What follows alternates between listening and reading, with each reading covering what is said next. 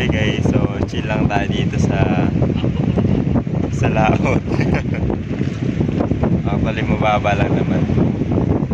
Yan. Kunwari nagpapalaot-laot tayo ng floating cottage. So dito lang ako sa may pangpang.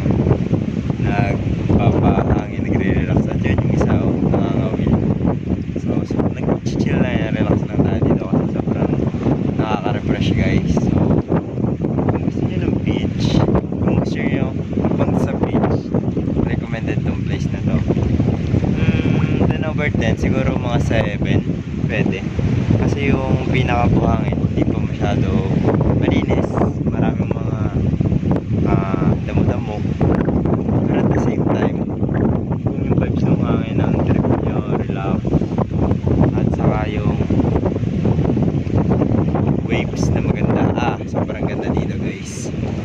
So yan lang, share ko lang kasi ang sarap dito. Ang sarap na magbay dito. Sorry. Ayun, pupunta ako mamaya din sa balsa na yun. Kasi mababa naman talaga yun. Tamang pangil lang. Sarap ang hangin.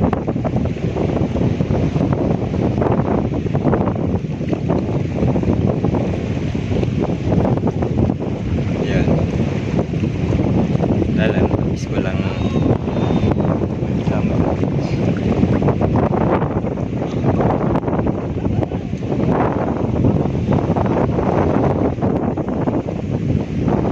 Ayan, ito na yung bahama.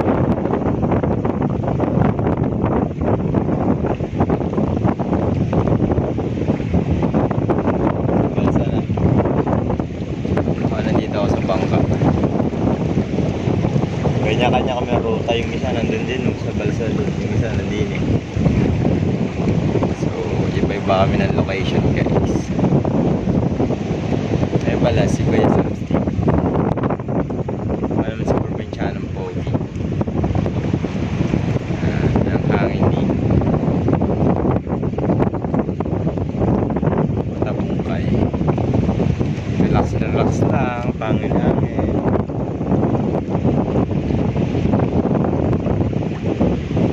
Sarap pakinggan ng alon.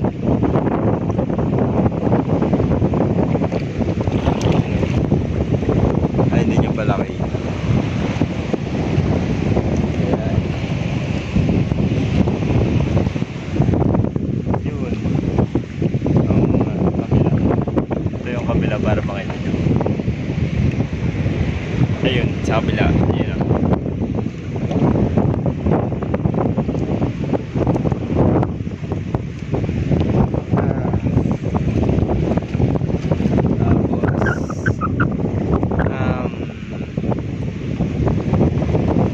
Sa mga magagaling mag-surfing dyan, ang mga beginner, pwede rin dito kasi yung waves niya may malaki, may maliit, depende kung saan yung trip. Tama-tama dito kasi kahit malayo kayo, mababaw lang yung tubig.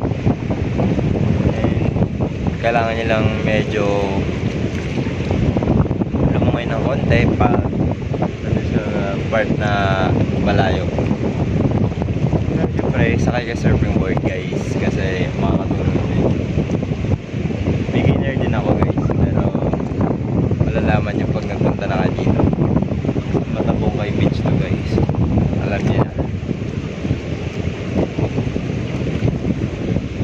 Pero makaka-relax yung hangin, lalo na pag may kasama kayo dito guys, kaibigan nyo, family,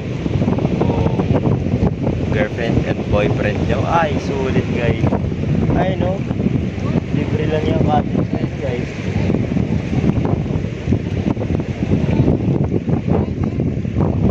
Solid na solid yan guys. So yun lang.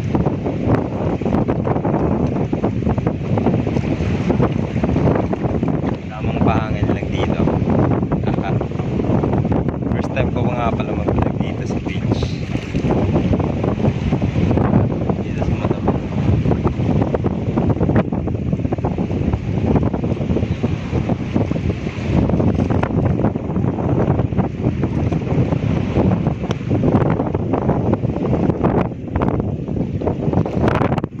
na guys.